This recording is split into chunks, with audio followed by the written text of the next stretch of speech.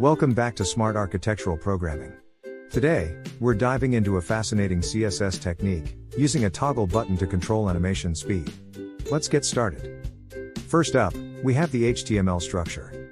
It's pretty straightforward. We start with a checkbox input and a label that serves as our toggle button. When the checkbox is checked, it triggers changes in the CSS that we'll see in action shortly. In our CSS, we start by defining some root variables. These variables make it easy to tweak the design later. For instance, add controls the animation duration, initially set to 2 seconds. Now, here's where the magic happens. When the checkbox is checked, the animation duration changes from 2 seconds to 5 seconds. This is done using the :check pseudo class in combination with the sibling selector, tilde.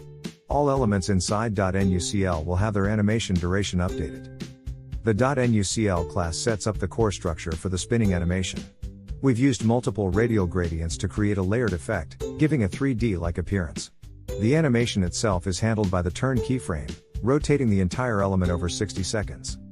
When the toggle button is clicked, the animation slows down or speeds up, based on the duration we set earlier. Each .l class represents an orbiting path for our dot. The animation duration of each orbit is dynamically controlled by our add variable, ensuring a smooth and synchronized movement.